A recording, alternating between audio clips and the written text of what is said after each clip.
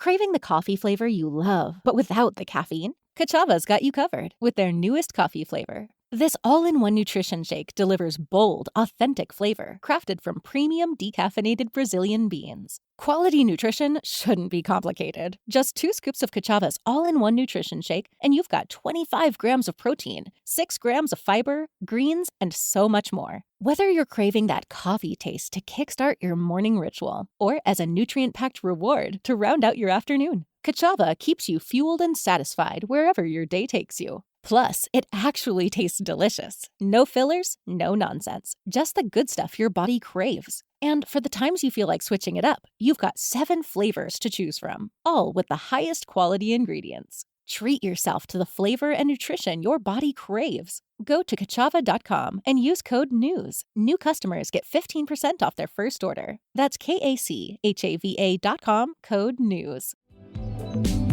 Every Wednesday morning, just after our 10 a.m. update, we like to check in with our friends in the nation's capital at the Blacklocks Reporter, the only reporter-owned and operated newsroom covering our nation's capital. You'll find their work online, blacklocks.ca, well worth your subscription. The kinds of stories you don't always get everywhere else. And joining us for these weekly chats on the show is Tom Korski, the managing editor at Blacklocks Reporter. Tom, good morning. Morning, Mike.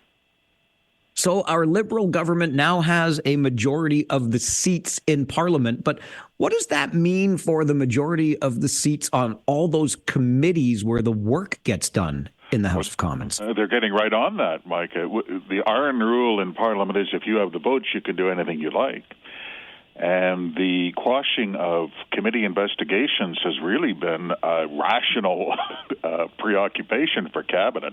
It's caused them no end of harm.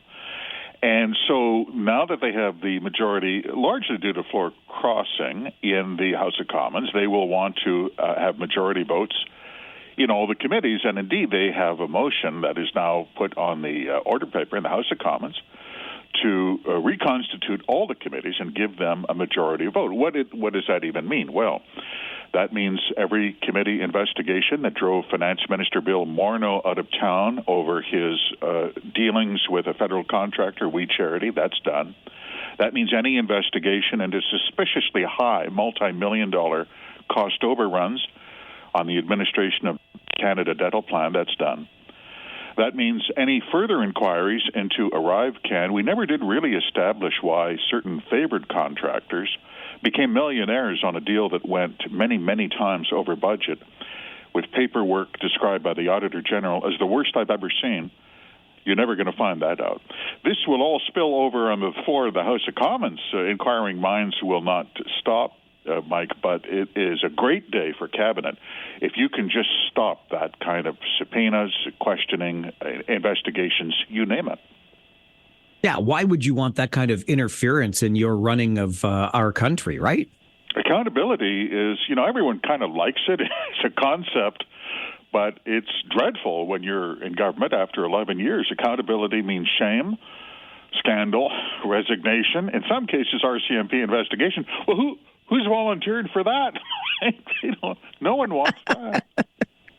All right, we do have a new budget officer in Ottawa, Tom, and somebody, I guess, with whom the Prime Minister is intimately familiar. Her name is Annette Ryan, former manager in the Department of Finance, and they went together. Ms. Ryan and Mr. Carney were both students at Oxford in the 1990s, and she confirmed indeed that they do know each other. Very low expectations of this new budget officer, Mike. She was just confirmed by a party line vote in the House of Commons. 153 MPs voted against her appointment. They wanted the last budget officer to stay in power. I will say one thing, though, before anyone says it's now hopeless, that here is really an accountability officer supposed to work for the taxpayer who is now a stooge for the Prime Minister's office. The last budget officer confirmed by the Parliament was Yves Giroux. He came out of the Canada Revenue Agency. Oh, you should have seen the eye rolling, Mike, when his appointment came up. And people just assumed he was a stooge. And indeed, his first 18 months were a little bit shaky. But something happens to these appointees. I think they really encounter lies to a degree they haven't in their professional lives. And invariably, they all become rabid advocates for the taxpayer when they have to shovel enough baloney that is doled out by governments that want to avoid what we were talking about just a minute ago about accountability. Accountability. There's that word we hear so much about. Accountability, transparency. I mean, that exists in spades in every government at every level, doesn't it, Tom? Yeah, not so much, Mike. Yeah, no, you'd be surprised. Surprised and disappointed. Surprised and disappointed, which leads me into Canada Post. I'm surprised that we're still talking about this. I guess they're going to vote on some kind of deal, but how about a $1.57 billion loss? I mean, we're throwing good money after good here with the Crown Corp. And that was after they received $2 billion in special loans approved by Cabinet that are repayable when they feel like it. These are interest-free loans. You cannot get any financing like this at any bank. $2 billion worth that are backstopped by the taxpayer of Canada, and they still came in with a loss last year of $1.57 billion. It's their worst ever. They have not made money in 10 years. There is no prospect of making money. To reduce costs, they are talking about elimination of 30,000 jobs through attrition. They say some additional employees may be hired. Well, if 30,000 are lost through attrition, that means there's no doorstep mail delivery, which is, by the way, the plan. And the entire focus now is service cuts.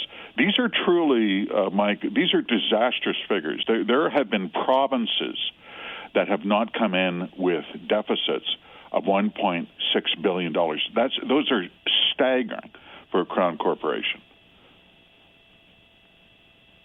And yet we seem to be stubbornly refusing some sort of massive reform at Canada Post. I mean, let's just keep losing the money, right? Well, there was a flaw in their business model, and they were there was a time when they were quite candid about it. About 10 years ago, when electronic commerce came on, a lot of people started to shop at Amazon and such. Their parcel delivery business just went through the roof. And they really spoke quite openly about this was going to be the salvation of the post office to maintain their large network of post offices, more than 6,000 outlets across the country. No one has a bigger retail outlet. Their fleet of vehicles, no one has a larger fleet of vehicles. And it was really parcel delivery was going to save the day. And then something happened. Unlike letter mail, Canada Post does not have a statutory monopoly over parcel delivery. Everyone knows this. And they just got hammered by non-union competitors on speed, efficiency, cost, you name it. And they lost parcel delivery revenue last year, just fell by 30%. And it was not great to begin with. And so if you can't make money on the parcel deliveries to the degree they'd like, and your letter mail business has collapsed, well, there's not much left except wait for it if you're in small business or you like to mail letters. Wait for the stamp increases. They've gone up, I believe, 35% in the last 2 years. Those rates are going to go up and up and up.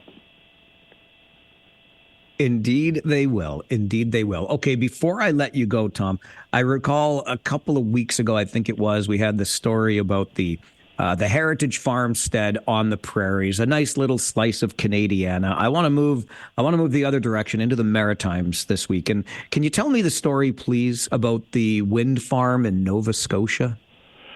Well, it's going to be a wind farm. It's about climate change. Everyone loves these projects. Well, apparently, no, they don't. Isn't that interesting? The operators are all cousins and brothers and sons-in-law of high-ranking officials. The brother of the former Treasury Board President, Scott Bryson, son-in-law of a former Nova Scotia Liberal Party leader. There's the brother of a former Liberal MP, Darrell Sampson. And there's the son-in-law of former Public Works Minister David Dingwall. Some may recall Dingwall was the man who famously said in committee, "I'm entitled to my entitlements." That's our boy. Well, it turns out they had a wind farm project, but they couldn't get any financing. The banks wouldn't touch it because of the high risk. And so the Canada Infrastructure Bank, that's you, that's the taxpayer, stepped in for $206 million. For the first time, The chief executive officer of the Infrastructure Bank advising in a letter to the Commons Transport Committee that they bankrolled this dog because it wasn't going to go otherwise. They couldn't get any financing. So naturally, you'd put the taxpayer up front, right front and center. $206 million. Don't count on any dividends, Mike. I know you like to count dividends. I don't think you're going to see anything from the Mercy River Wind Farm project. Listen, Tom, when all else fails, John Q. Sucker taxpayer, to quote a phrase from you, is always willing to step up with some money for you, right? He's always there. He's always there.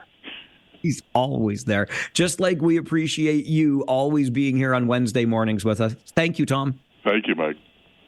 Tom Korski, managing editor at the Blacklocks Reporter, the only reporter-owned and operated newsroom covering our nation's capital with neither politics nor punditry. You'll find them online, blacklocks.ca. And as I've said before, well worth your subscription. You're getting the kinds of stories you don't always get anywhere else. We always appreciate those conversations with Tom Korski on Wednesday mornings here on the show. Every Wednesday morning just after 10.